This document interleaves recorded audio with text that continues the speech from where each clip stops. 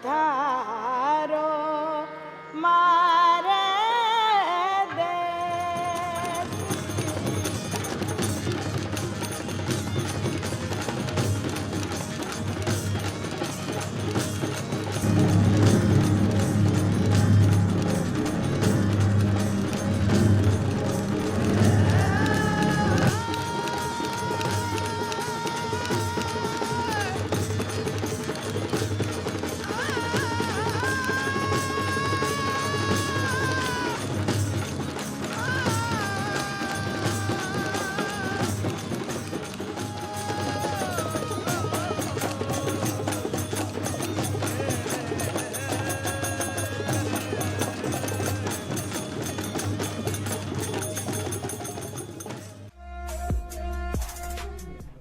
रंग रंगीलो तेज पुंज है म्हारो राजस्थान, भक्ति शक्ति को अद्भुत संगम अलबेलो राजस्थान। दूरदर्शन राजस्थान के इस खास कार्यक्रम अलबेलो राजस्थान में मैं विवेकानंद शर्मा आप सभी दर्शकों का हार्दिक स्वागत करता हूं, अभिनंदन करता हूं। आज का दिन अपने आप में बहुत विशिष्ट है। 25 दिसंबर का दिन भारत के परिप्रेक्ष्य में हम देखें तो पूर्व प्रधानमंत्री अटल बिहारी वाजपेयी जी के जन्म दिवस के रूप में हम जानते हैं और आज पूर्व प्रधानमंत्री पंडित अटल बिहारी वाजपेयी जी की 101वीं जयंती पूरा देश मना रहा है। साथ ही साथ महामना पंडित मदन मोहन मालवीय जी की भी आज के दिन ही जयंती आती है। महाराजा सूरजमल जी की पुण्यतिथि आती है और साथ ही साथ ईसाई मत के संस्थापक ईसा मसीह की जयंती को भी क्रिसमस के रूप में पूरा विश्व मनाता है। तो इन सभी विशेष अवसरों पर हम दर्शकों को भी शुभकामनाएं देते हैं और ख़ास तौर पर जब हम बात करते हैं पूर्व प्रधानमंत्री अटल बिहारी वाजपेयी के 101वीं जयंती को, खासतौर पर जिस तरीके से वर्ष 2014 से वाजपेयी जी को सम्मान और श्रद्धांजलि देने के लिए और साथ ही साथ सरकार की जवाबदारी और जनता में जागरूकता सरकार के प्रति लाने के कई सारे इस प्रकार के उद्देश्यों को लेकर 2014 से सुशासन दिवस मनाया जाने लगा। अटल बिहारी वाजपेयी जी के जीवन की बात करें, उनके व्यक्तित्व के अलग अलग आयाम, अलग अलग प्रकार के भाव आप देख सकते हैं, समझ सकते हैं। तो सुशासन दिवस पर आज विशेष चर्चा करने के लिए हमारे इस खास कार्यक्रम में अतिथि के रूप में पधारे हैं श्रीमान सोमकांत जी शर्मा। सोमकांत जी, बहुत बहुत स्वागत है आपका। नमस्कार, बहुत बहुत धन्यवाद। सोमकांत जी शर्मा भारतीय जनता पार्टी के विशेष संपर्क प्रकोष्ठ के राजस्थान के प्रदेश संयोजक हैं। साथ ही साथ आप भरतपुर के सह संभाग प्रभारी हैं, दौसा के जिला प्रभारी हैं, अनेक सामाजिक कार्यों में भी आप लंबे समय से सक्रिय हैं। सबसे पहले सोमकांत जी, चर्चा आपसे यही करना चाहेंगे कि अटल जी का जीवन हम देखें और ख़ासतौर पर प्रधानमंत्री के रूप में उनका जो कार्यकाल था, उस कार्यकाल के आधार पर अटल जी किस तरह से परिभाषित करते हैं सुशासन को? देखिए, आज सबसे पहले तो मैं दूरदर्शन के सभी दर्शकों को बधाई दूंगा कि एक ऐसा लोकतंत्र में शासन का मॉडल खड़ा करके उसको एक सुशासन के रूप में मनाने का जो संकल्प 2014 में माननीय प्रधानमंत्री जी ने लिया और जो मनाने का संकल्प लिया उसके अनुरूप ही उन्होंने अपने अभी 11 वर्ष के कालखंड में शासन के अंदर अनेक बड़े आयाम भी स्थापित किए हैं। केवल इन्हीं कालखंड में नहीं, अटल जी के जीवन को लेकर के भी और उनका जो राजनीतिक जीवन रहा, उनकी सरकार रही, उसमें भी अनेक सुशासन के मापदंड स्थापित हुए।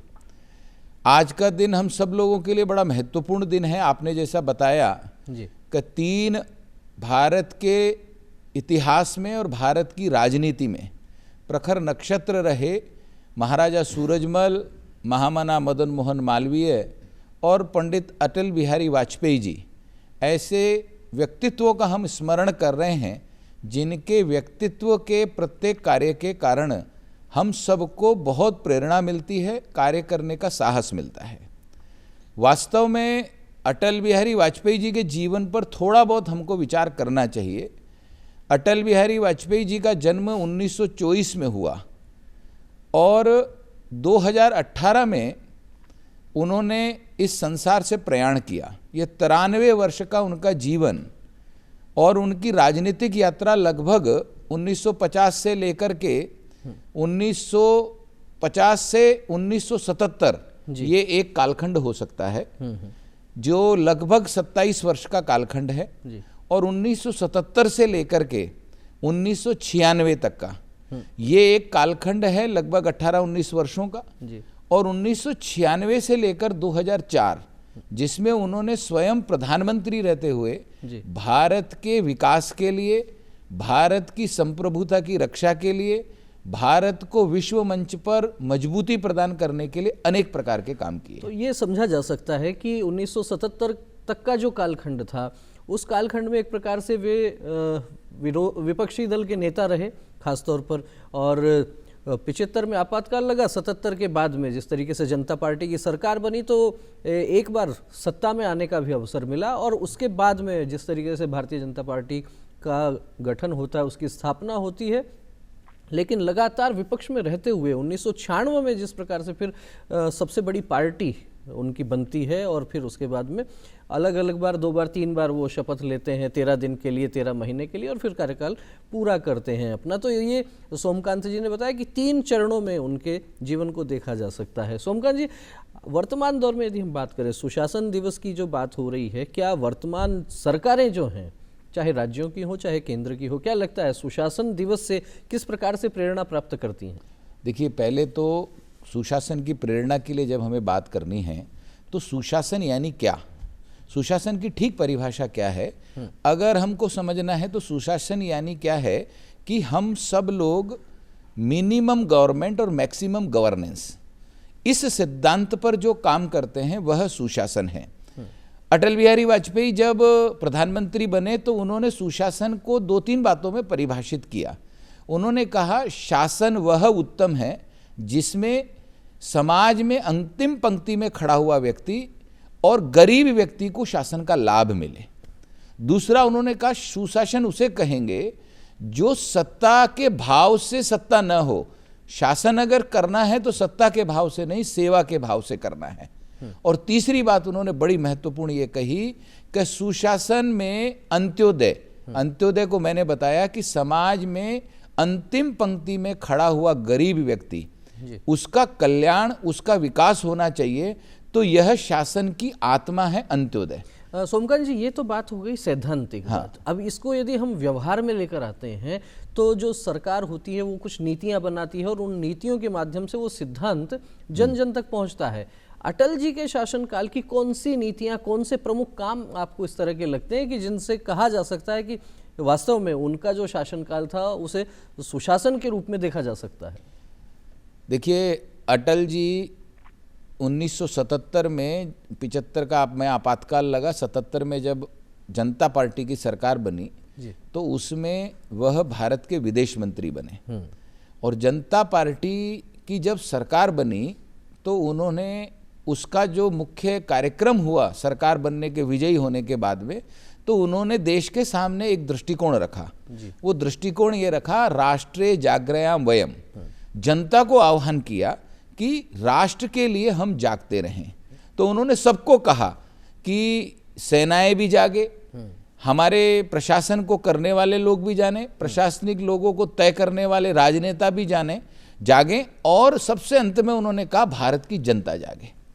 तो जब अटल जी की सरकार बनी तो उनकी सरकार के सबसे महत्वपूर्ण कार्य जो सुशासन का प्रतीक बने, जो उनकी मुखर आत्मा के रूप में उन्होंने जो काम किया, तो सबसे पहले विदेश मंत्री के रूप में जब संयुक्त राष्ट्र में वह संबोधन देने गए तो अपनी मातृभाषा में उन्होंने वह संबोधन दिया।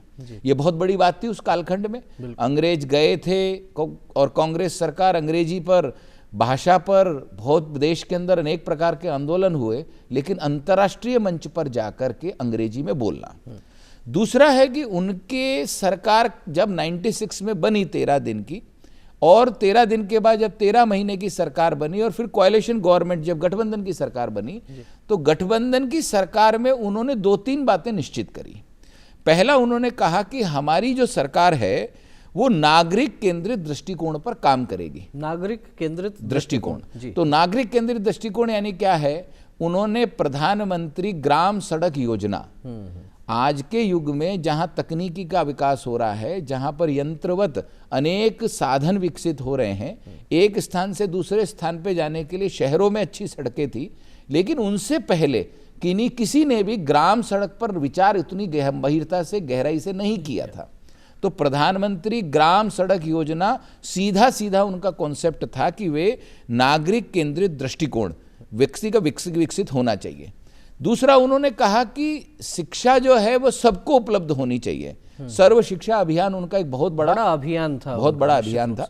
गांव गांव के अंदर जो बच्चे किसी भी परिस्थिति से अगर शिक्षा प्राप्त करने में असमर्थ थे या प्रशासन की स्थितियां ऐसी थी, कमजोर थी, तो उस परिस्थिति में भी उस देश के अंदर, इस भारतवर्ष के अंदर गांव का व्यक्ति भी शिक्षित कैसे बने, तो ये एक बड़ा कार्यक्रम उन्होंने हाथ में लिया। दूसरा, उन्होंने का जो बहुत बड़ा कंट्रीब्यूशन है इस देश के लिए वह है समावेशी विकास। उन्होंने कहा कि भारत के अंदर सरकारों का काम जनता जनार्दन की सेवा करना है, विकास करना है, भारत के लोगों के जीवन स्तर को उठाना है।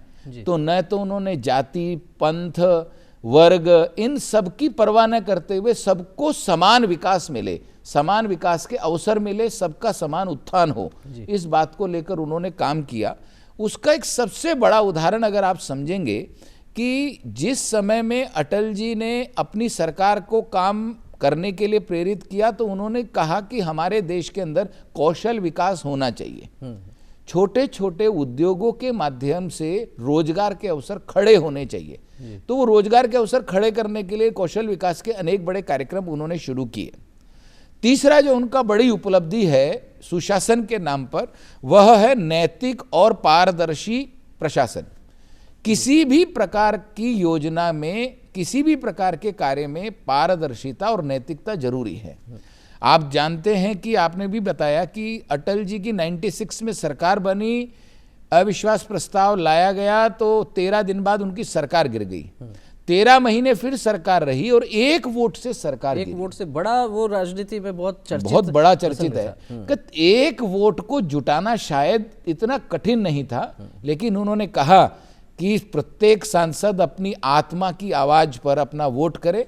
अगर हमें इस रास्ते पर जीत भी मिलेगी, सरकार भी मिलेगी, तो वो भी स्वीकार है, और अगर हमारे को समर्थन नहीं भी मिलेगा तो भी हमें स्वीकार है। और एक वोट से सरकार गिरी। तो जो कहना चाहिए नैतिकता और पारदर्शी सरकार। सोमकांत जी, मुझे ध्यान आता है उस समय जो संसद में बहस चल रही थी और बहुत सारी बातें कई सांसदों के द्वारा खरीद फरोख्त की और इस तरह की बात आ रही थी, तो अटल जी का बहुत चर्चित वो भाषण का वो अंश बहुत लोगों ने सुना भी होगा कि यदि ये खरीद फरोख्त की बात होती है और इस तरीके से यदि सरकार बनती है तो मैं उसको चिमटे से भी छूना पसंद नहीं करूँगा। बिल्कुल। आप देखिए, अटल बिहारी वाजपेयी जी भारत के लोकतंत्र के वे प्रखर नक्षत्र हैं, राजनीति के वो प्रखर हस्ताक्षर हैं, जिन्होंने अपने कर्तृत्व से, अपने विचार से और अपने दृष्टिकोण से भारत की राजनीति में सुशासन के अनेक बड़े आयाम स्थापित किए। तो निश्चित रूप से समझा जा सकता है कि अटल जी का जो शासन का जो समय था, जिस समय वो प्रधानमंत्री थे, अनेक योजनाएं ऐसी बनी कि सैद्धांतिक पक्ष को किस तरह से व्यावहारिक पक्ष दिया जा सकता है। सोमकांत जी ने अभी बताया कि गांव-गांव तक सड़कों का जाल बिछा देना, वहाँ से लेकर हम बात करें स्वर्णिम चतुर्भुज योजना की, बड़े बड़े जो महानगर हैं उनको सड़कों से जोड़ने का जो काम हुआ वो उस दौर में हुआ। और अनेक राजनीतिक विश्लेषक तो ये भी कहते हैं कि भारत में शेरशाह सूरी के बाद में यदि सर्वाधिक सड़कें किसी के शासनकाल में बनी है तो वे अटल बिहारी वाजपेयी थे। बड़ा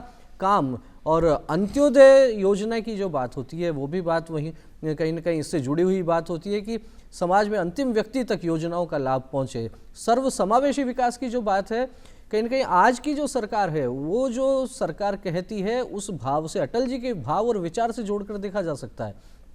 माननीय प्रधानमंत्री नरेंद्र मोदी जी कहते हैं सबका साथ, सबका विकास और सबका विश्वास। और इसी तरह की बात अभी सोमकांत जी ने कही अटल जी के जीवन को लेके, उनकी योजनाओं को लेके, सर्व समावेशी विकास को लेके।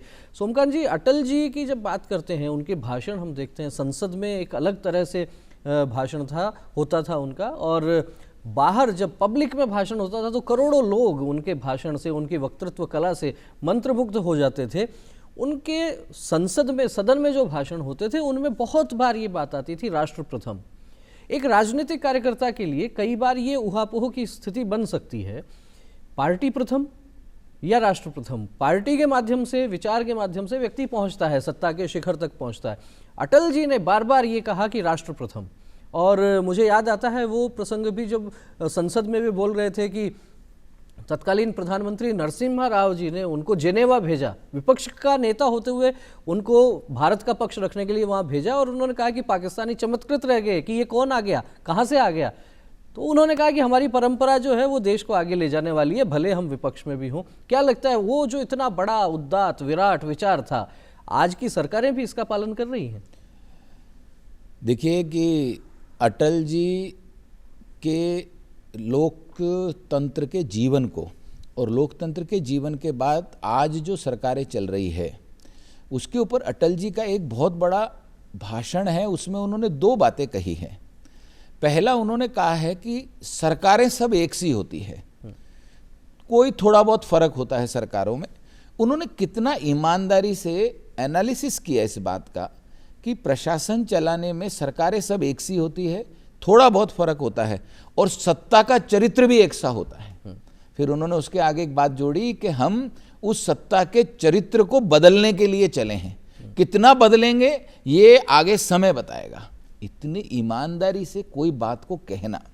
दूसरा, उन्होंने राष्ट्र प्रथम, आपने जो बात कही नेशन फर्स्ट, यह जो विषय उन्होंने कॉन्सेप्ट दिया, ये भारतीय जनता पार्टी के मूल सिद्धांतों में है कि भारत के अंदर राजनीति को ठीक करना है तो देश प्रथम होना चाहिए, दल द्वितीय होना चाहिए और व्यक्ति अंतिम होना चाहिए।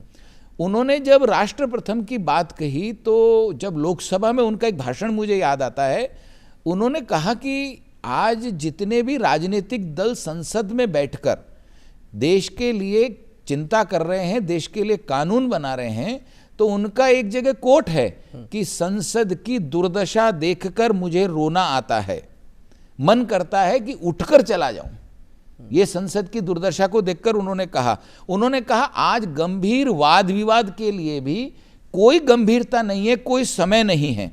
शोर शराबा, हुड़दंग, अनुशासनहीनता इतनी ज्यादा है कि संसद एक छोटा सा कानून बनाने के लिए भी जो कार्य समय पर करना चाहिए वो नहीं कर सकती। उन्होंने इसके आगे एक बात जोड़ी राष्ट्र प्रथम की भावना को रखते हुए कि मैं चाहूंगा कभी इस देश में ऐसा अवसर आए कि देश के अंदर राजनीतिक दलों के लिए एक आचार संहिता बने। उस आचार संहिता के लिए उन्होंने 3 बिंदु कहे। पहला, उन्होंने कहा कि राज्यपाल राष्ट्रपति के अभिभाषण के अंदर किसी प्रकार का कभी भी कोई दल व्यवधान नहीं हो। दूसरा, उन्होंने कहा कि प्रश्नकाल जो है यह एक संसद का मौलिक विषय है।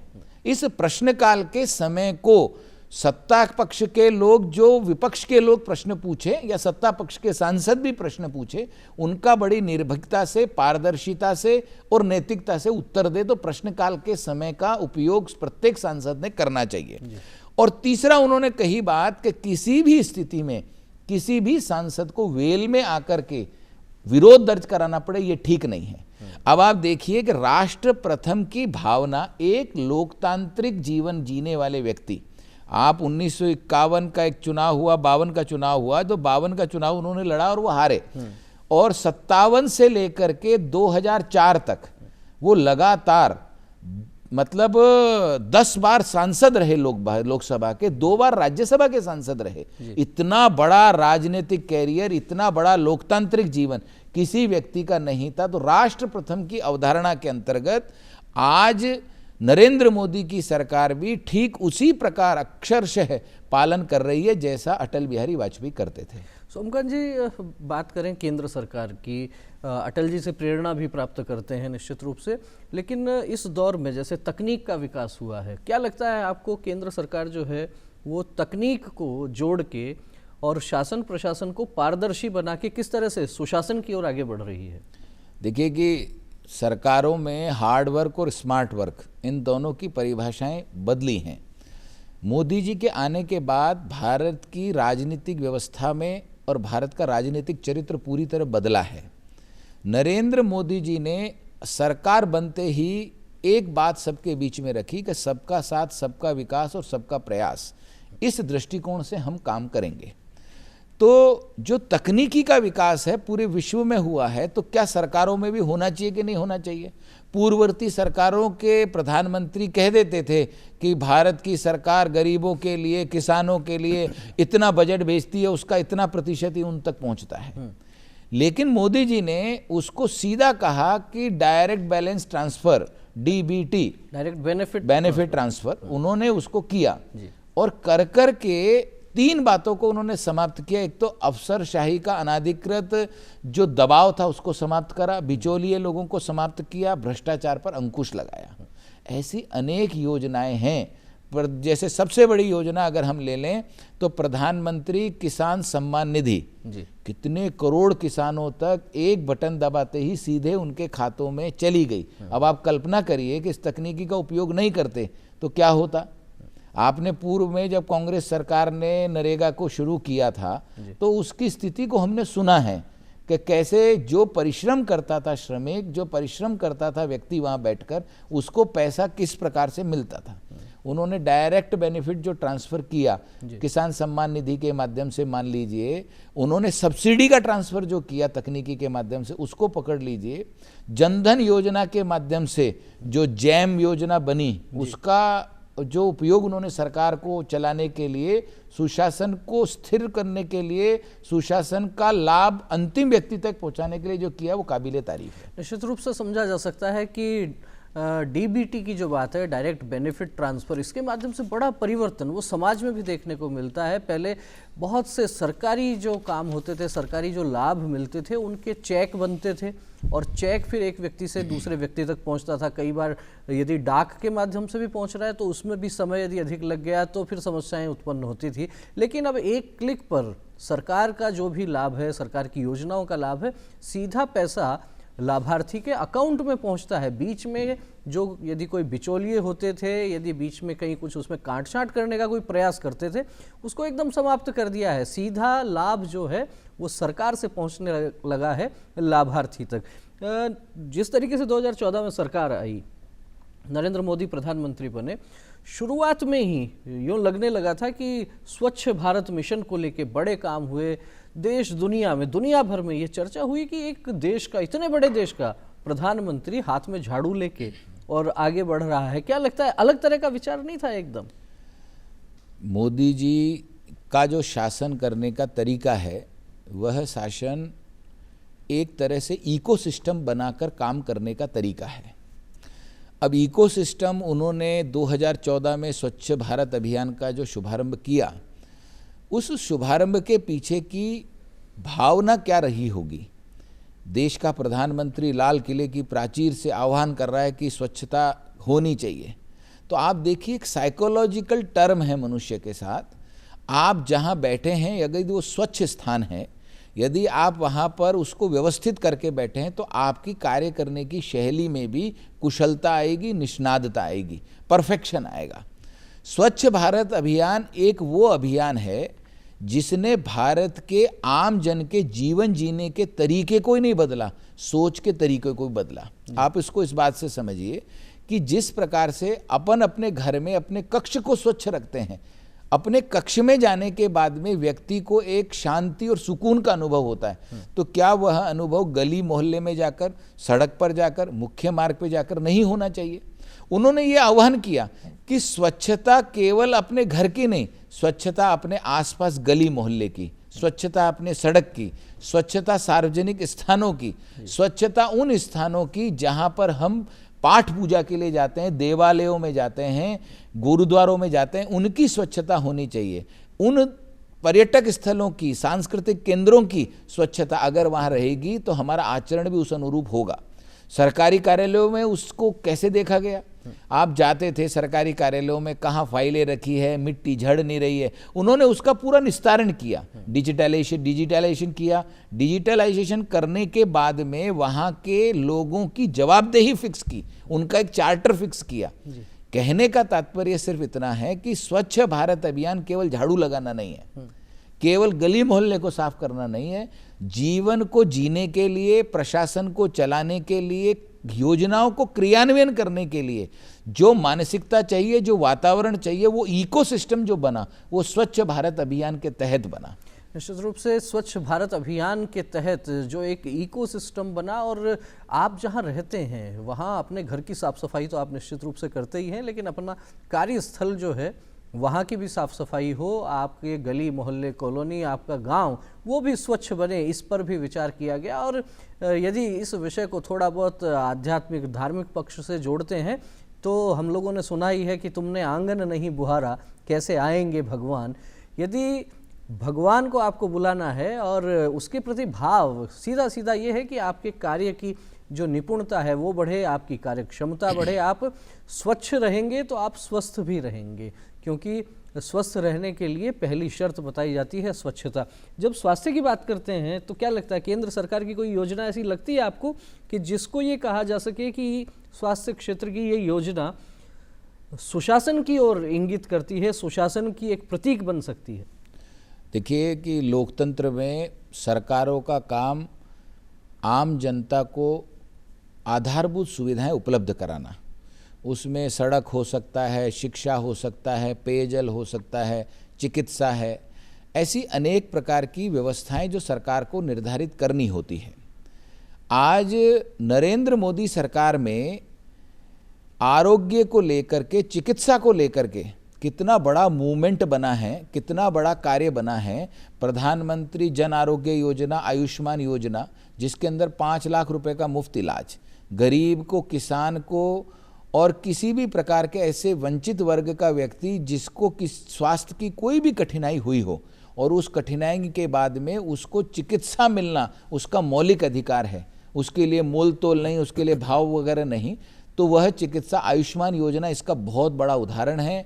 प्रधानमंत्री जी ने 75 वर्ष से अधिक आयु के लोगों के लिए चिकित्सा सुविधा 5 लाख रुपए से अधिक की जो राशि उसमें तय की कि भाई इतना इलाज वो करा सकते हैं, बेझिझक अस्पताल में जाकर वे चिकित्सा का लाभ उठा सकते हैं। तो आयुष्मान योजना, प्रधानमंत्री जन आरोग्य योजना दोनों बहुत बड़ी योजनाएं जिन्होंने सफलता के पैमाने मापदंड खड़े किए हैं। जो दर्शक अभी कार्यक्रम देख रहे हैं उन्हें एक बार पुनः हम स्मरण करा दें, आज हम चर्चा कर रहे हैं विशेष रूप से सुशासन दिवस पर। अटल बिहारी वाजपेयी भारत के पूर्व प्रधानमंत्री, उनके जन्म दिवस को, उनकी जयंती को 2014 के बाद से जिस तरीके से सुशासन दिवस के रूप में मनाया जाने लगा है, उन्हें सम्मान देने के लिए, उन्हें जो है उनकी नीतियों को एक बार याद किया जाए, पुनः किस तरीके से जन कल्याणकारी योजनाओं के माध्यम से उन्होंने शासन को सुशासन के रूप में परिवर्तित करने का प्रयास किया। इसी क्रम में सुशासन दिवस मनाया जाने लगा और इस खास कार्यक्रम में चर्चा करने के लिए स्टूडियो में हमारे साथ में है श्रीमान सोमकांत जी शर्मा, भारतीय जनता पार्टी के विशेष संपर्क प्रकोष्ठ के आप प्रदेश संयोजक हैं। लगातार चर्चा हो रही है अटल जी के जीवन पर, उनके कार्यकाल पर, साथ ही साथ वर्तमान सरकार किस तरीके से सुशासन को आधार मानकर नीतियां बना रही है, किस तरह से उनका क्रियान्वयन हो रहा है। जब वर्तमान प्रधानमंत्री जी की हम बात करते हैं तो बहुत बार मीडिया रिपोर्ट्स कहती हैं कि नए नए रिकॉर्ड बन रहे हैं। बहुत से ऐसे देश जिनमें कोई भारतीय प्रतिनिधि कहें, प्रधानमंत्री कहें, वो 4 दशक से नहीं पहुंचे, 5 दशक से नहीं पहुंचे, इतने लंबे कालखंड के बाद भी पर माननीय प्रधानमंत्री नरेंद्र मोदी जी लगातार विदेश यात्राएं कर रहे हैं। क्या लगता है विदेश नीति भी पिछले 10 वर्षों में कुछ बदली है, कुछ सुखद परिणाम उसके देखने को मिले हैं? बिल्कुल। मोदी जी की 2014 में सत्ता में आने के बाद में भारत की विदेश नीति पर बड़ा ज़बरदस्त काम हुआ है। अटल जी ने उस कार्य को प्रारंभ किया था, भारत की विदेश नीति प्रभावी बने, भारत की विदेश नीति बिना किसी दबाव के हो, बिना किसी के प्रभाव के चले, और हम हमारी बात 140 करोड़ का जो देश है वो किसी भी देश के सामने झुककर बात नहीं करेगा, आंख से आंख मिलाकर बात करेगा। ऐसे अनेक उदाहरण हैं। यूक्रेन के अंदर आप उदाहरण देखिए कि जब वहाँ पर हमला हुआ तो यूक्रेन में जो भारत के लोग फंसे हुए थे उनको किस तरह निकाला, और विश्व के अन्य देशों के लोग भी भारत के झंडे, तिरंगे को सामने दिखाकर, हमारा प्रभाव इतना था कि उस झंडे को दिखाकर वहाँ की सेनाओं ने एक बार युद्ध विराम किया और उन नागरिकों को निकलने दिया। आज G20 जो समिट हुआ है, G20 के अंदर भारत ने अपने विषय को इतने प्रभावी ढंग से रखा कि निर्भीकता से रखने के कारण विश्व के अंदर ये विचार हुआ कि हम सब अगर हमारा लाभ सोचेंगे तो नहीं होगा। वसुदैव कुटुंबकम की भावना, सर्वे भवन्तु सुखिनः की भावना, ये भारत की विशेष विदेश नीति का प्रमुख आधार स्तंभ है। जब हम बात करते हैं कि भारत की विदेश नीति के ऊपर, तो जब पहली बार 2014 की सरकार आने के बाद जब मोदी जी ने विषय रखा और कहा कि देश के लोग ही स्वस्थ नहीं हो, पूरे विश्व के लोग स्वस्थ हो, योग की परिभाषा को समझाया, तो विश्व के 193 देशों ने उस भारतीय योग दिवस को, योग को एक अंतर्राष्ट्रीय योग दिवस के रूप में मनाने का संकल्प लिया। ऐसे अनेक उदाहरण हैं जहां पर भारत की विदेश नीति ने भारत के प्रभाव को और विदेशों में रहने वाले भारतीयों के सम्मान को बढ़ाया है। विदेशों में रहने वाले भारतीयों का सम्मान भी बढ़ा है और साथ ही साथ ये भी कहा जाता है कि पिछले कुछ वर्षों में आप देख सकते हैं जिस तरीके से ये महसूस करने की भी बात है, और बहुत से भारतवंशी जो विदेशों में रहते हैं उनका भी ये कहना है कि पिछले कुछ वर्षों में भारत, भारतीयता और भारतीयों का सम्मान जिस तरीके से बढ़ा है, एक गर्व के साथ वे बाहर कह सकते हैं कि हम भारत वंशी हैं, हमारा मूल जो है वो भारत है। साथ साथ सोमकांत जी बात करते हैं राष्ट्रीय सुरक्षा को लेकर भी, तो जिस तरीके से एक प्रकार से एक मोर्चे पर चाइना है, दूसरे मोर्चे पर पाकिस्तान रहता है, और इनके साथ तनाव की जो स्थितियां कई बार बनती थी, चाइना को लेकर उसकी महत्वाकांक्षा जग जाहिर है, सब जानते हैं। दूसरी तरफ भारत के जो पड़ोसी देश हैं उनकी भी स्थितियां हम देखते हैं जिस तरह की उठापटक होती हैं। ऐसे में क्या लगता है भारत सुरक्षा के स्तर पे कितना आगे बढ़ा है? लोकतांत्रिक भारत की बात करें, भारत की स्वतंत्रता के बाद अगर बात करें, तो हमने कभी किसी भी देश पर अपने सीमा विस्तार करने के लिए आक्रमण नहीं किया। हमने ये कहा कि हमारी भीतर की सुरक्षा और हमारी सीमाओं की सुरक्षा, कोई भी दूसरा व्यक्ति हम पर आंख गड़ाकर हमको डरा न सके, इसको लेकर सुरक्षा के अनेक काम भारत की सरकारों ने किए। विशेषकर अटल बिहारी वाजपेयी जी की सरकार ने सबसे पहले 11-13 मई 1998 को परमाणु परीक्षण किया। परमाणु परीक्षण किसी को नष्ट करने के लिए नहीं किया, अपनी शक्ति बढ़ाने के लिए किया, अपने आप के अंदर आत्मविश्वास पैदा करने के लिए किया कि कल को कोई भी देश अगर हम पर आक्रमण करे तो हमारे पास शक्ति होनी चाहिए। शक्ति का प्रमाण कैसा हुआ कि अग्नि 2 मिसाइल का जो प्रक्षेपण हुआ, उस अग्नि 2 के मिसाइल के प्रक्षेपण के बाद विश्व के और भारत की सीमावर्ती राष्ट्रों ने अपने आप को यह समझा कि भारत ये तैयारी इसलिए कर रहा है क्योंकि वह हम पर आक्रमण करेगा। जब हमने उसका परीक्षण किया अपने सामर्थ्य को बढ़ाने के लिए, तो हमने राष्ट्र की सुरक्षा के साथ साथ में ये भी कहा कि हमारे पड़ोसी धर्म को भी हमें भूलना नहीं चाहिए। कोरोना के कालखंड में आपको पता है कि वैक्सीन की जरूरत थी, मानव एकदम मृत्यु को बिल्कुल गले लगा रहा था, मृत्यु उसको काल के ग्रास की जैसे गिरती जा रही थी। विश्व के अनेक देश वैक्सीन बनाने की तैयारी कर रहे थे, लेकिन वैक्सीन बनाने में भारत जल्दी सफल हुआ, और जब वैक्सीन की बात हुई तो भारत में 2 डोज लगे। भारत के प्रधानमंत्री आदरणीय नरेंद्र मोदी जी ने कहा कि किसी भी देश को वैक्सीन के अभाव में वहाँ के जनता को, वहाँ के लोगों को दुखी नहीं होने देंगे, और हमने निःशुल्क उन लोगों को वैक्सीन भी भेजी। ये अपने आप में एक बड़ी घटना थी, और वैश्विक परिदृश्य में भारत की धमक भी निश्चित रूप से सबने महसूस ही की है। और उसमें तो जब हमने ये दृष्टि रखी उनके सामने, तो अनेक देशों ने कहा इतनी कॉस्ट आई है तो मिनिमम कॉस्ट लेनी चाहिए आपको। बोले नहीं, हमारा पड़ोसी धर्म है। ये भी राष्ट्रीय सुरक्षा का मुद्दा है। जब मुद्दा आया कि हमारे को राष्ट्रीय सुरक्षा पर काम करना है, तो राष्ट्रीय सुरक्षा के लिए हमने कभी भी यह अपना राजनीतिक लाभ और तुष्टीकरण का विचार जो पूर्ववर्ती सरकारें करती थी, वो नरेंद्र मोदी सरकार ने नहीं किया। उनके मन में एक ही स्वप्न है कि राष्ट्र प्रथम।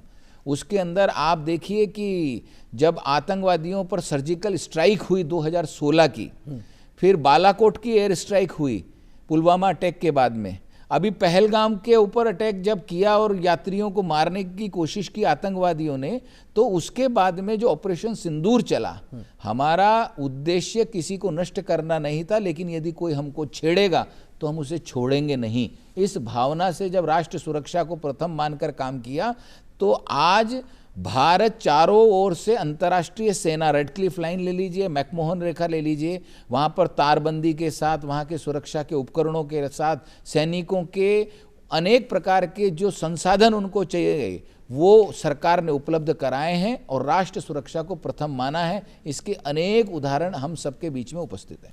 निश्चित रूप से ये विचार भारत का विचार रहा है कि हम पहले किसी पर आक्रमण नहीं करते, लेकिन जो छेड़ेगा उसे छोड़ेंगे भी नहीं। और राष्ट्रीय सुरक्षा की जब बात होती है तो मूल भाव और विचार वही होता है कि क्षमा शोभती उस भुजंग को जिसके पास गरल हो, उसको क्या जो दंतहीन विषहीन विनीत सरल हो। तो आप शक्ति संपन्न होते हैं तो फिर सुरक्षा शांति की गारंटी होती है। हम किसी पर आक्रमण करने के लिए शक्तिशाली होने की बात नहीं करते, विश्व शांति के लिए शक्तिशाली होने की बात होती है। सोमकांत जी, बात करें राज्य सरकार की, अभी 2 वर्ष पूरे हुए ही हैं और जिस तरीके से कड़ी जुड़ी हुई है केंद्र से लेके राज्य तक की, क्या लगता है राज्य सरकार की भी कुछ योजनाएं आपको ऐसी नजर आती है खासतौर पर जिनको कहा जा सकता है कि ये भी एक सुशासन का मॉडल है? देखिए, भारत के प्रधानमंत्री नरेंद्र मोदी जी ने भारतीय जनता पार्टी के शीर्ष नेतृत्व ने सबसे बड़ा महत्वपूर्ण काम 2023 का चुनाव विजय होने के बाद किया कि एक कार्यकर्ता को मुख्यमंत्री बनाया। मुख्यमंत्री बनने के बाद में उन्होंने सबसे पहले प्रथम वर्ष के अंदर राइजिंग राजस्थान समिट की। आपको सब पता है कि कितने देशों की उन्होंने स्वयं ने यात्रा की। पूर्ववर्ती सरकारों ने भारत के राजस्थान राज्य को, इस राज्य का विकास होना चाहिए। भारत के अनेक राज्यों के अंदर राजस्थानी ने अपना औद्योगिक कौशल दिखाया है, अपना व्यापार का कौशल दिखाया है, लेकिन भारत के अंदर वो कौशल दिखाने के बाद क्या राजस्थान में भी आना चाहिए? सरकारें सामान्यतया बड़े बड़े उद्योगपतियों को, बड़े बड़े इस प्रकार के व्यापारियों को आमंत्रित करती थी अंतिम वर्ष के अंदर। भजनलाल सरकार ने सरकार के पहले वर्ष में राइजिंग राजस्थान समिट कर करके 35 लाख करोड़ रुपए के एमओयू किए। 3 लाख करोड़ से ज्यादा के एमओयू धरातल पर उतर चुके। दूसरी बात, राजस्थान मरु प्रदेश के रूप में जाना जाता है। राजस्थान में यदि सबसे ज्यादा संकट है तो वो पानी का संकट है। जब वो सरकार में आए, जब उन्होंने विचार किया, प्रशासन के साथ बैठे, तो ये हुआ कि जल का संकट कैसे दूर किया जाए। तो 2 बड़ी महत्वपूर्ण महत्वाकांक्षी योजनाएं, ईआरसीपी की योजना और यमुना जल समझौता, ये दोनों कर करके उन्होंने उसका पूरी पड़ोसी राज्यों से, इधर मध्य प्रदेश से, इधर गुजरात से, उधर हरियाणा से बातचीत कर कर साथ बैठकर, ये डबल इंजन की सरकार का लाभ है कि ये सब लोगों ने साथ बैठ कर के जल का जहां पर कम है वहां पर उनको जल पहुंचे। ये दोनों समझौते राजस्थान की राजनीति के लिए ऐतिहासिक हैं, मील का पत्थर हैं। और आदरणीय भजनलाल शर्मा जी अब राजस्थान के अंदर एक तरह से जल को लाने वाले हमारे बहुत बड़े नेता के रूप में आज स्थापित हो चुके हैं। सोमकांत जी, एक दौर में जो है बहुत से लेखक, कवि अनेक मंचों पर भी बोला करते थे, चाहे प्रदेश की बात हो चाहे बात हो देश की। ये पंक्तियां बहुत सुनने को मिलती थी कि क्या हुआ गरीब का, क्या हुआ किसान का, हल नहीं हुआ है प्रश्न रोटी का मकान का। इस तरह की बातें आती थी। केंद्र सरकार की तरफ से बात करें तो माननीय प्रधानमंत्री जी कहते हैं किसान की आय को 2 गुनी करने की बात कहते हैं। किसान सम्मान निधि की हमने चर्चा की ही है। क्या लगता है राजस्थान में भी किसानों के लिए खासतौर पर या पशुपालकों के लिए कोई विशेष कुछ इस प्रकार का काम किया जा रहा है कि उनका सम्मान भी बढ़े, उनकी आय भी बढ़े, उनका स्वाभिमान भी बढ़े? देखिए कि सरकारों ने अनेक प्रकार के भाषण दिए, अनेक प्रकार के उद्घोष किए। इंदिरा गांधी सरकार कहती थी गरीबी हटाओ, गरीबी हटाएंगे, गरीबी हटाएंगे। गरीबी कहीं हटने के लिए कोई ऐसा काम नहीं हुआ। उनके बाद में राजीव गांधी जी आए तो उन्होंने कह दिया कि हम तो इतना पैसा डेवलपमेंट के लिए भेजते हैं, उनका होता नहीं। हमने उसे चरितार्थ करने की प्रयत्न किया। हमारा सबसे पहला, मैंने आपको पहले भी बताया कि हमारा जो शासन का ध्येय वाक्य है वह है अंतिम पंक्ति में खड़े हुए व्यक्ति को, अत्यंत गरीब व्यक्ति को शासन का लाभ पहुंचाना। दूसरा, हमने सब लोगों को बिठा करके इस योजना को क्रियान्वयन करने की कोशिश की कि ये कैसे होगी। तो इसके अंदर से बिचौलियापन हमने हटाया, उन लोगों को हम लेकर के हमने डायरेक्ट ट्रांसफर करना शुरू किया। आज आप किसान सम्मान निधि को देखिए कि 6,000 रुपए प्रति वर्ष केंद्र सरकार देती है। भजनलाल जी ने मुख्यमंत्री बनते ही 3,000 रुपए राज्य सरकार की तरफ से अपना कंट्रीब्यूशन जोड़कर उसको 9,000 रुपए किया। 9,000 कर और 9,000 करोड़ों किसानों तक वह लाभ वो पहुंच रहा है। दूसरा, किसानों का समर्थन मूल्य, फसलों का समर्थन मूल्य बढ़ा है। पूर्ववर्ती सरकारों को, और आज हम देखेंगे तो भले बाजरा हो भले गेहूं हो, जितनी भी फसलें हैं उसमें हमारा जो निर्धारित मूल्य है वह बढ़ाया है। अभी जब गेहूं की खरीद की बात हुई तो 2024-25 के अंदर 125 रुपये प्रति क्विंटल का बोनस दिया।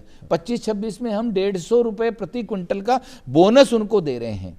गरीबों को आगे बढ़ाने के लिए लखपति दीदी की योजना शुरू हुई। आपको आश्चर्य होगा कि 19 लाख से अधिक बहनों को प्रशिक्षण देकर के आत्मनिर्भर स्वावलंबी बनाने के लिए लखपति दीदी योजना का क्रियान्वयन हुआ है। मातृवंदना योजना है राज्य सरकार की, जो महिलाएं गर्भवती हैं, जो प्रसव के समय के लिए उनको 5,000 रुपये से राशि बढ़ाकर 6,000 रुपये की राशि उन्होंने की है।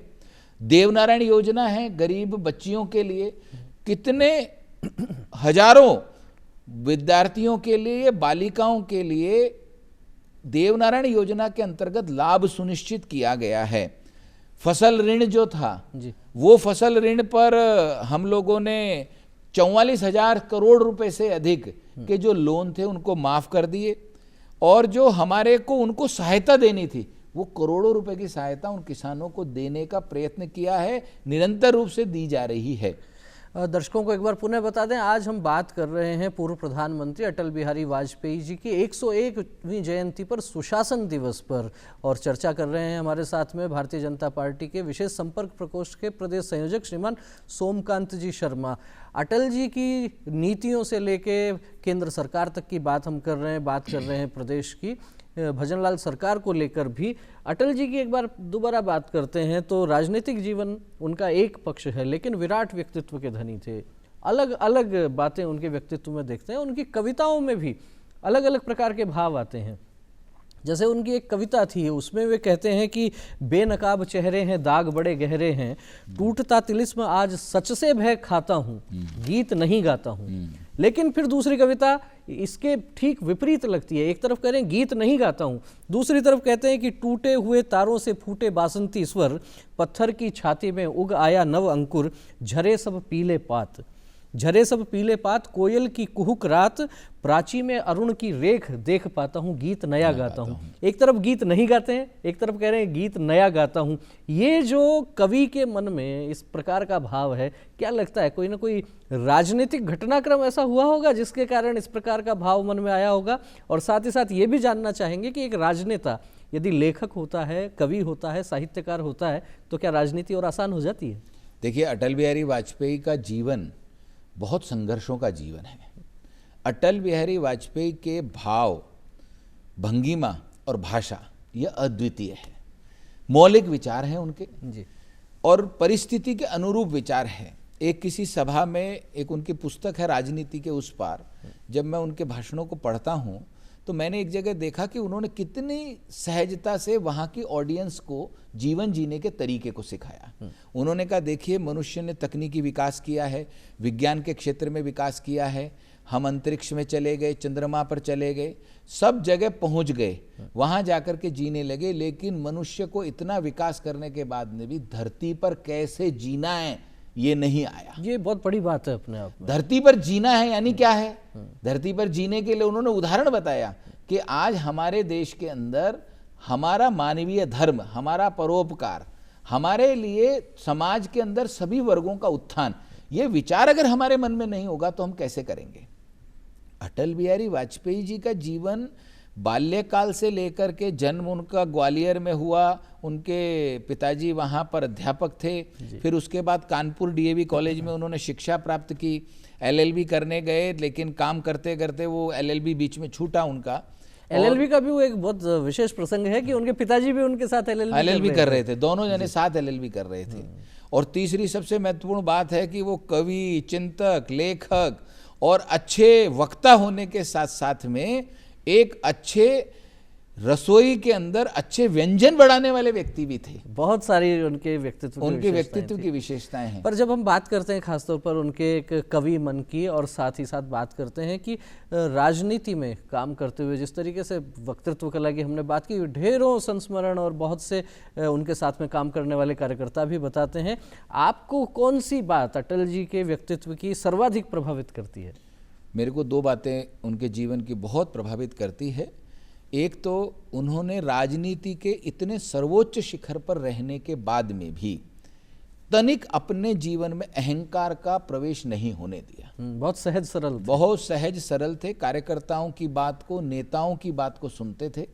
ऐसे कालखंड में जब सरकारों को एक किसी भी पर्टिकुलर दल को बहुमत नहीं मिल रहा था, उस कालखंड में भी 15 दलों को मिला करके गठबंधन की सरकार बनाना और गठबंधन की सरकार बनाकर सब प्रकार के विषयों को सम्मिलित करके उस गठबंधन धर्म को निभाना, ये एक बहुत बड़ी बात थी।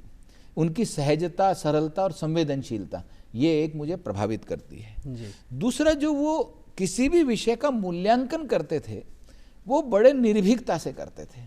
उन्होंने एक बार कहा कि जो जितना व्यक्ति ऊंचाई पर जाता है उतना एकांकी होता चला जाता है। अब आप देखिए कितनी गहरी बात है। राजनीति में काम करने वाला व्यक्ति, समाज जीवन में काम करने वाला व्यक्ति काम करते करते प्रयत्न करके पदों को प्राप्त कर कर जब सर्वोच्च शिखर की ओर बढ़ने लगता है तो यह एहसास उसको होता है कि मैं एकांकी हो रहा हूँ, मेरे अपने लोग पीछे छूटते जा रहे हैं। लेकिन उस परिस्थिति में भी साल में एक बार, दो बार सबको बुलाना, उनके साथ में व्यवहारिक और एक दूसरे के साथ समझदारी के साथ में उनको सम्मान देना, ये अटल जी के व्यक्तित्व की बहुत बड़ी विशेषता थी। अटल जी के व्यक्तित्व की बहुत सी विशेषताएं हैं और उनमें खास विशेषताओं की हम बात यहाँ कर रहे हैं। उनके साथ में काम करने वाले अनेक कार्यकर्ताओं ने अलग अलग प्लेटफॉर्म्स पर अपने अनुभव भी साझा किए हैं। ऐसा ही एक अनुभव मैं पढ़ रहा था कि एक बार अटल जी से किसी कार्यकर्ता ने पूछा कि आपका जन्मदिन किस तरीके से मनाया जाए, क्या पसंद करेंगे आप? तो अटल जी का जवाब था कि मैं चाहूँगा कि मेरा जन्मदिन कवि सम्मेलनों के रूप में भी मनाया जाए। तो चूँकि कवि कुल के बड़े हस्ताक्षर अटल बिहारी वाजपेयी रहे हैं, उनके जन्मदिवस पर बहुत स्थानों पर कवि सम्मेलनों का भी आयोजन किया जाता है। बहुत से कवि भी उनके साथ के अपने संस्मरण बताते हैं, लेकिन युवाओं पर भी पूरा फोकस अटल जी का रहता था, उनकी योजनाओं का भी रहता था। आज के इस दौर में सोमकांत जी, युवाओं को किस प्रकार से अटल जी के विचार के साथ जोड़ा जा सकता है, क्या कहना चाहेंगे? देखिए, अटल बिहारी वाजपेयी जी हों या फिर उनके बाद में आने वाले भारतीय जनता पार्टी के नेता हों, सब लोगों ने युवाओं को प्राथमिकता के तौर पर अपने साथ में जोड़ा है। मैं स्वयं अटल जी का उदाहरण दूंगा कि उस कालखंड के अंदर सुषमा स्वराज जी को आगे बढ़ाने का काम हो, अनंत कुमार जी को हो, शिवराज सिंह चौहान तो बिल्कुल यंग थे, उनको आगे बढ़ाने का काम हो, उन्होंने अरुण जेटली को किस प्रकार से तैयार किया, किस प्रकार से नए लोगों को तैयार कर कर आगे लेके आए, प्रमोद महाजन जी का नाम हम सब जानते हैं। ऐसे अनेक कुशल योग्य युवाओं को उनकी योग्यता और उनके गुणों को समझकर आगे बढ़ाने का काम किया। आज के सुशासन दिवस पर युवाओं के लिए आज दो बातें हैं कि जो लोग राजनीति में काम कर रहे हैं और जो लोग राजनीति में आना चाहते हैं, वे जरूर अटल बिहारी वाजपेयी के जीवन को पढ़ें। आप जीवन को पढ़ने की बात कर रहे हैं तो साथ ही हम एक संदेश भी ले लेंगे, खासतौर पर राजनीतिक क्षेत्र में काम करने वाले लोगों के लिए, सामाजिक क्षेत्र में काम करने वाले लोगों के लिए। सुशासन दिवस और अटल जी को लेकर क्या संदेश देना चाहेंगे? सुशासन दिवस, अटल बिहारी वाजपेयी जी की जन्म जयंती, 101 वर्ष पूर्ण हुए हैं। इस अवसर पर हम सबको राष्ट्र के लिए सदैव खड़े रहने की मानसिकता रखनी चाहिए। मुझको क्या मिलेगा, मैं क्या बनूंगा, मेरे को क्या पद मिलेगा, इससे ऊपर उठकर मुझे क्या करना है, इस बात पर फोकस करना चाहिए। दूसरी बात है, आज के समय में जहाँ तकनीकी विकास 21वीं शताब्दी पर बुलंदी पर है, विज्ञान का सर्वाधिक उपयोग हो रहा है, ऐसे में भारत की मूल परंपराओं में विरासत का भी संरक्षण हम लोग करें और विकास भी करें। माननीय प्रधानमंत्री नरेंद्र मोदी जी का लक्ष्य भी यही है कि विरासत का संरक्षण करते हुए विकास करना, ये हम सबके लिए होना चाहिए। आज के इस महत्वपूर्ण दिवस पर जब हम मदन मोहन मालवीय जी का स्मरण कर रहे हैं, सूरजमल जी का स्मरण कर रहे हैं और सुशासन दिवस के नाते अटल बिहारी वाजपेयी जी का स्मरण कर रहे हैं, और नरेंद्र मोदी जी ने उन तीनों की बातों को आगे बढ़ाते हुए भारत में अनेक मापदंड स्थापित किए हैं, हम सब लोग आइए मिलकर भारत को जानें, भारत को माने, भारत के बने और भारत को बनाएं। ये चारों बातों को अगर आज हम आत्मसात करेंगे तो वास्तव में सुशासन का संकल्प होगा। सुशासन युवाओं के लिए एक वह मील का पत्थर है, वह एक सोच है जहाँ से हम अपने जीवन के श्रेष्ठ कर्तृत्व को स्थापित कर सकते हैं। भारतीय दृष्टिकोण को प्राथमिकता दें। नारी तु नारायणी ये भाव हमारे मन में रहे। कृण्वंतो विश्वमार्यम ये भाव हमारे मन में रहे। पौधे में भी परमात्मा होता है, यह भाव हमारे मन में रहे। एकम सद विप्रा बहुधा वदंती, मार्ग एक, लक्ष्य एक है, मार्ग अलग अलग हो सकते हैं। इन सब दृष्टिकोणों से हम जाएं, धैर्यपूर्वक राष्ट्र प्रथम की भावना को रखते हुए हम लोग भारत को जाने, भारत को माने, भारत के बने और भारत को बनाएं। बहुत ही खूबसूरत संदेश दिया है सोमकांत जी ने। भारत को जाने, भारत को माने, भारत के बने और भारत के बनेंगे। भारत के विचार को हम आत्मसात करते हुए सोमकांत जी आप हमारे स्टूडियो में आए। बहुत ही शानदार तरीके से आपने अटल जी के जीवन पर, उनकी जयंती पर, सुशासन पर, राज्य सरकार पर, केंद्र सरकार पर तमाम सवालों के आपने बहुत ही खूबसूरती से आपने जवाब दिया। आपका बहुत बहुत धन्यवाद। और निश्चित रूप से दर्शकों को हम ये कहना चाहेंगे कि आज का दिन बहुत विशिष्ट है इसलिए क्योंकि पूर्व प्रधानमंत्री अटल बिहारी वाजपेयी जी की 101वीं जयंती है। साथ ही साथ पंडित महामना मदन मोहन मालवीय जी से भी आज का ये दिवस जुड़ा है। ये दिवस जुड़ा है महाराजा सूरजमल जी से भी, जिनकी हम कह सकते हैं कि क्षात्र कौशल का लोहा हर कोई जानता है। किस प्रकार के ये महापुरुष रहे, इनका जीवन किस तरह से हमारे को निरंतर प्रेरणा देता रहा। और साथ ही साथ हम कहते हैं एकम सद बहुधा विप्रा वदंती, पर्यावरण में भी परमेश्वर को देखने का जो भाव है यही भारत का भाव है। तमाम विषयों पर चर्चा हुई और साथ ही साथ क्रिसमस की भी शुभकामनाएं देना चाहेंगे सभी दर्शकों को। और ये देश आगे बढ़े, हम भारत को जाने, भारत को माने, भारत के बने, इन्हीं शुभकामनाओं के साथ दर्शकों को एक गीत के साथ जोड़ते हुए इस कार्यक्रम को देंगे विराम। बहुत बहुत धन्यवाद। नमस्कार।